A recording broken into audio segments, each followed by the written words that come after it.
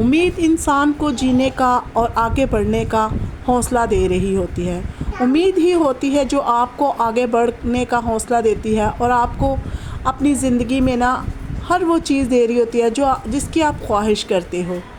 بے شک ہم کتنے بھی الجھے پریشان ہوں، تکلیف میں ہوں، پھر بھی امید ایسی چیز ہے جو آپ کو آگے بڑھنے کا حوصلہ دیتی ہے۔ تو کیسے ہیں آپ؟ امید ہے خداوند کے فضل و کرم سے خیریت سے ہوں گے، اور شکر ہے خداوند کا کہ میں بھی خیریت سے ہوں۔ اور یہاں دیکھیں، میں یہاں پہ صفائی کر رہی تھی اور ساتھ ہی ساتھ میں اپنے سارے یہ کام نپٹا رہی تھی۔ بس میں یہی کہہ رہی تھی، یہی سوچ رہی تھی کہ 2 دن میری طبیعت خراب ہوئی تو کس طرح میرا گھر اور میرے بچے ڈسٹرب ہو گئے۔ تو اگر ایک ماں اپنے پورے گھر کو سنبھال رہی ہوتی ہے، سنوار رہی ہوتی ہے، صبح سے شام تک بھاگ دوڑ کر رہی ہوتی ہے، تو بنا ماں کے انسان کی زندگی کتنی زیادہ مشکل ہو جاتی ہے۔ یہ وقت بھی میں نے گزارا ہے۔ میں نے دیکھا ہے کہ میری ماں جب میں 11-12 سال کی تھی تبھی اس کا انتقال ہو گیا، تو کس طرح سے میں نے اپنی زندگی کو کتنی تکلیفوں کے ساتھ اپنے بہن بھائیوں کو بڑا کیا، اور جو محبت آپ کی ماں آپ سے کر سکتی ہے، بے شک آپ کا کوئی بھی رشتہ ہے وہ اتنی محبت آپ سے کبھی نہیں کر سکتا، وہ اتنا پیار آپ کو کبھی نہیں دے سکتا۔ تو میری بس یہی دعا ہے کہ خدا ہر بچے کے سر پہ اس کی ماں کا سایہ سلامت رکھے، اور ہر بچے کو اس کی ماں کا ساتھ اور پیار دے، کیونکہ میں نے دیکھا ہے کہ اتنے بڑے لوگ ہو جاتے ہیں، وہ شادی شدہ ہو جاتے ہیں، پھر بھی وہ اپنی ماں باپ کا جو ہے وہ پیچھا نہیں چھوڑ رہے ہوتے۔ چھوٹی چھوٹی باتوں کے لیے اپنے ماں باپ کے پاس جا رہے ہوتے ہیں، چھوٹی چھوٹی باتوں کے لیے وہ اپنے ماں باپ کو پوچھ رہے ہوتے ہیں۔ جیسے میرے ہسبینڈ ہیں، تو میں سوچتی ہوں کہ خدا را ہماری ماں نہیں تھی تو ہم نے کیسے وقت گزارا، ہم نے کیسے اپنی ماں کے بغیر ہر چیز کو سیکھا، ہر چیز کو اپنایا۔ دکھ ہوا تب بھی اکیلے ہی رویا، اور سکھ ہوا تب بھی اپنے ماں کی طرف دیکھا کہ کاش ہماری ماں ہوتی تو آج ہمارے ساتھ ہوتی تو وہ بھی خوش ہوتی۔ اور جب بہت زیادہ دکھ بھی ہو جاتا تھا تب بھی یہ سوچ کر بہت زیادہ پریشان ہو جاتی تھی کہ یار اگر ماں ہوتی تو سینے سے لگاتی اور یہ دکھ کم ہو جاتا۔ لیکن ماں کے بغیر بھی زندگی گزارنا ایک بہت ہی بڑی مشکل کی بات ہے، لیکن بس صحیح ہے، جن کی ہے خدا ان کے سر پہ سلامت رکھے، اور جن کی نہیں ہے بس ان کو بھی تسلی اور خوشی دے۔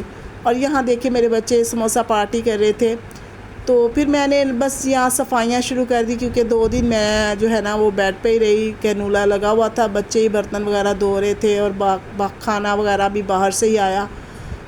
تو باقی یہ ہے، وہ بڑا بیٹا تھا تو وہ چائے وغیرہ بنا لیتا تھا، اور سالن پھر دوسرے دن میں نے تھوڑا سا سالن بھی بنا لیا، کیونکہ باہر کا کھانے سے پھر دل بھی نہیں چاہ رہا ہوتا، میرا تو بالکل بھی نہیں چاہ رہا تھا، کیونکہ بخار کی وجہ سے وومٹنگ وغیرہ بھی ہو رہی تھی۔ تو 2 دن ہاتھ پہ کیلونا بھی لگا ہوا تھا، تو بچے ہی برتن وغیرہ دھو رہے تھے۔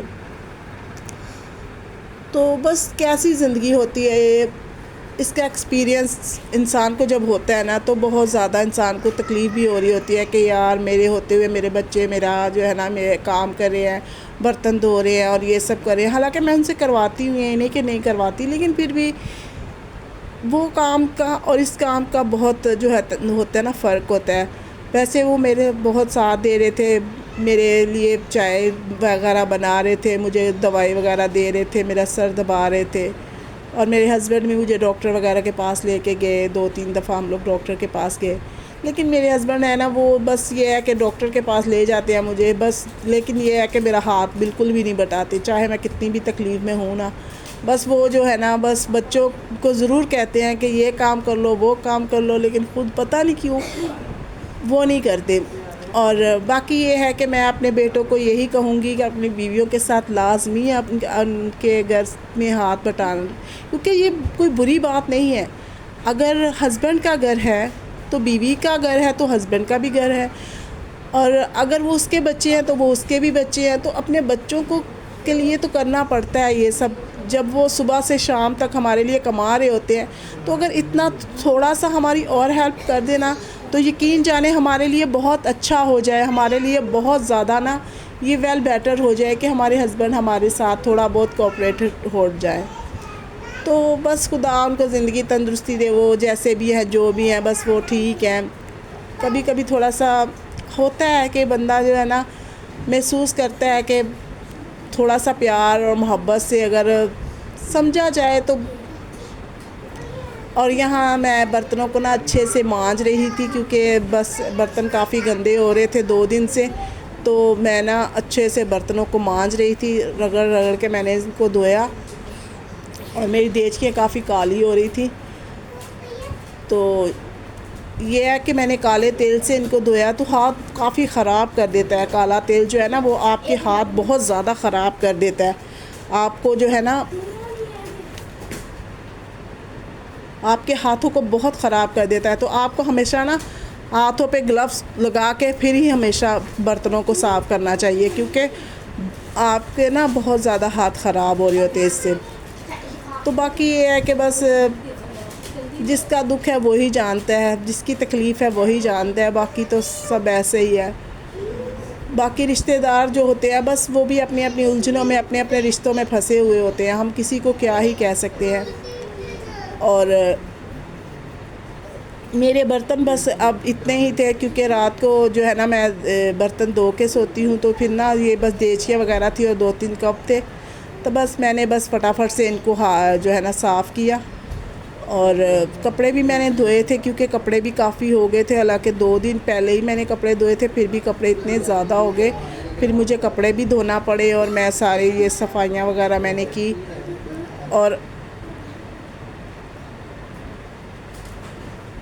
صفائیاں وغیرہ میں نے کی، اور میں نے سارا بس اپنے گھر کو کلین کیا کیونکہ کافی نا بکھیرا ہو گیا تھا. بس ایسے یہ دودھ والی دیچکی کو پہلے میں نے جالی سے صاف کیا، اور پھر میں نے اس کو نا اسکراچ برائٹ سے ویم صابن سے نا اچھے سے صاف کیا. اس سے نا یہ ہوتا ہے کہ آپ کا جو یہ دودھ والی دیچکی کے اندر جو بالائی وغیرہ جل جاتی ہے یا پھر یہ ہو جاتی ہے نا، تو پھر اس سے نا صاف اور اچھے سے نا کلین ہونا شروع ہو جاتی ہے. اور میں اس کو نا کالے تیل سے نہیں دھوتی کیونکہ یہ کالے تیل سے اور بھی زیادہ نا گندی ہو جاتی ہے، تو اس کو نا میں اسکراچ برائٹ سے اور ویم صابن سے ہی دھوتی ہوں.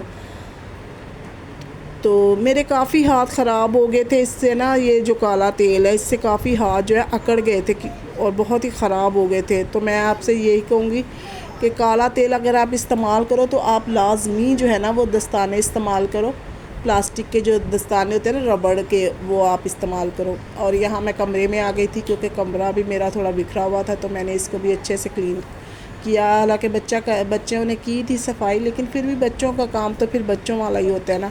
تو میں نے یہاں پہ اچھے سے بیڈ کو کلین کیا، اور سارا میرے ساتھ تھی، سارا بس میرے ساتھ ساتھ ہی رہتی ہے. وہ میری جو ہے نا وہ پیچھے پیچھے ہی رہتی ہے کیونکہ گھر پہ کوئی اور ہوتا نہیں ہے، تو پھر وہ میرے ساتھ ہی جو ہے نا وہ کام کروا رہی ہوتی ہے.